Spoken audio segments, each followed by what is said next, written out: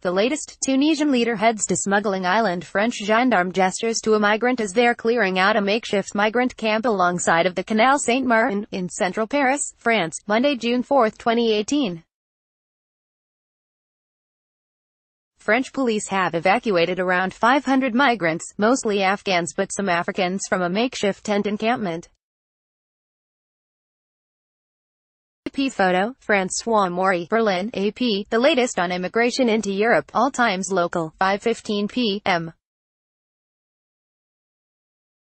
Tunisia's prime minister has traveled to an island off the Tunisian coast to oversee search operations after a small smuggler's boat packed with migrants capsized in the Mediterranean over the weekend, leaving an estimated 112 people dead or missing.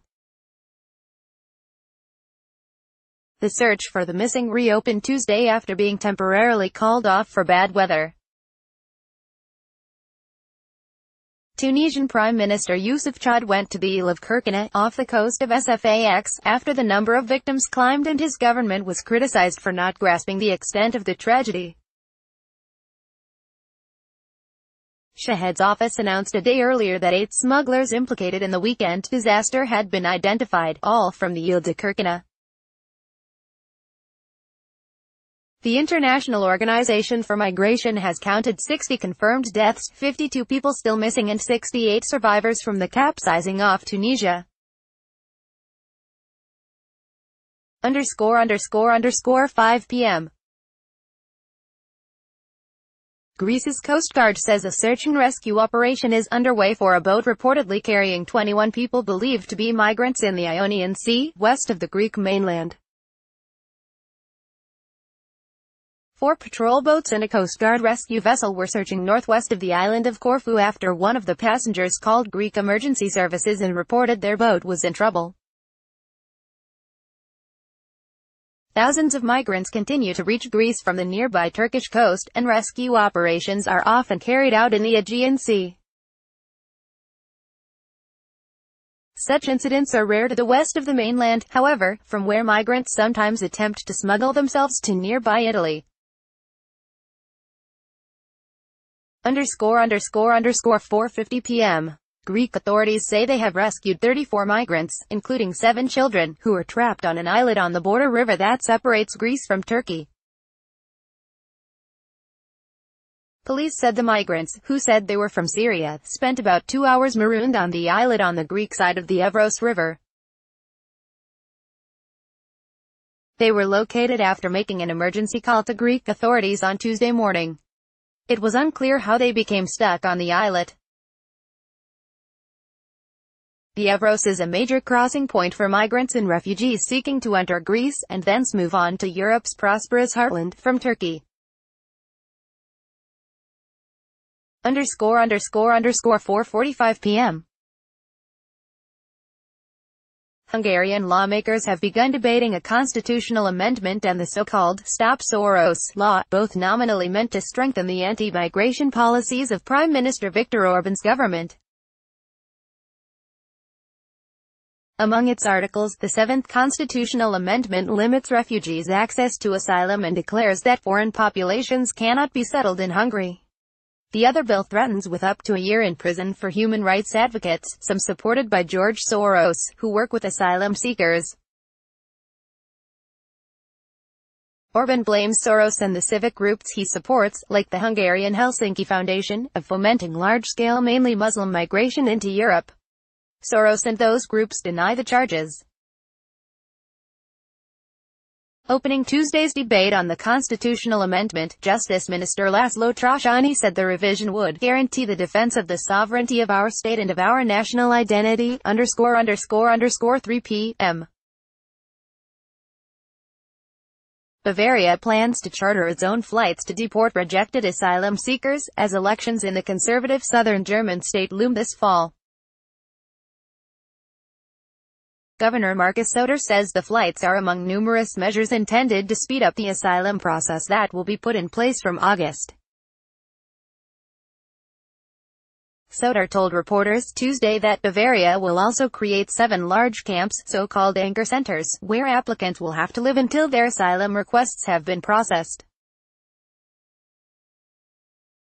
Bavaria was the main entry point for hundreds of thousands of refugees who came to Germany after traveling through southern Europe in 2015 and 2016.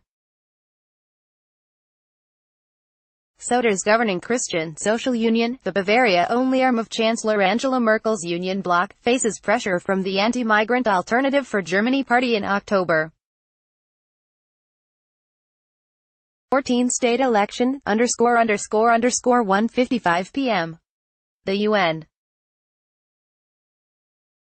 Migration Agency says the weekend capsizing off Tunisia of an overloaded smuggling boat is now believed to have killed 112 migrants, making it the deadliest shipwreck in the Mediterranean Sea this year. Spokesman Leonard Doyle of the International Organization for Migration says it counts 60 confirmed deaths and 52 people missing and presumed dead from the capsizing off the eastern city of Sfax. 68 people survived. Doyle said Tuesday the toll makes the capsizing the single biggest incident of dead and missing this year on the Mediterranean, after two other shipwrecks off the Libyan coast in January and February that each left 100 people dead or missing and presumed dead. IOM says Tunisians make up most migrants now attempting the crossing in the central Mediterranean route toward Italy, ___1:35 p.m. UN agencies say at least 100 migrants are now believed to have died after an overcrowded smuggling boat capsized off Tunisia last weekend. The shipwreck is believed to be the most deadly on the Mediterranean Sea this year. The estimate came Tuesday from the International Organization for Migration and the UN. High Commissioner for Refugees for the boat that sank off the Tunisian coastal city of Sfax. Tunisian authorities initially said 46 people had been confirmed dead, but that dozens remained missing. Spokesman William Spinder of UNHCR said Tuesday that 52 people have been confirmed dead and about 60 others are believed dead. He said rescue operations were suspended amid bad weather. Before the tragedy, UNHCR had estimated that 646 people had died trying to cross the sea to Europe this year. ___1:15 p.m.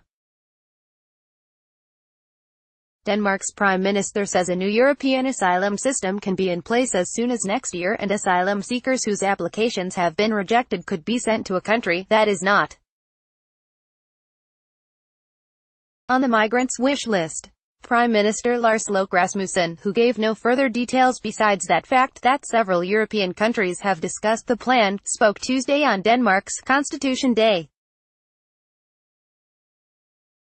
Danish lawmakers from all political parties hold speeches across the country to mark the signing of the 1849 Constitution. The Prime Minister said the plan would have a huge preventive effect, adding that a pilot project could be presented before the end of the year. This item corrects the date of the Danish Constitution of 1849. ___1 p.m. European Union countries remain deeply divided over how to reform the bloc's asylum system as an end-of-June deadline approaches for updating rules central to handling mass influxes of refugees. Well over 1 million people, mostly Syrians fleeing conflict, entered Europe in 2015, overwhelming Greece and Italy. Their entry strained relations among EU neighbors and fueled anti-migrant sentiment. Dutch Migration Minister Mark Harbers said in Luxembourg that there are a lot of member states that still have points of discussion with the latest proposals. EU leaders want the problem resolved this month. Germany's Deputy Interior Minister, Stefan Mayer, says there are still considerable deficits in the proposals. Belgian Migration Minister Theo Franken says that if no solution is found to managing migrant arrivals, Europe will end, and we will never get out of this crisis, ___10:45 a.m. Authorities in southern Germany have arrested 2 Syrian men on suspicion of people smuggling. Prosecutors in Stuttgart say the two men, aged 31 and 33, were arrested in the nearby Ludwigsburg region. Police also searched 10 premises in 2 German states.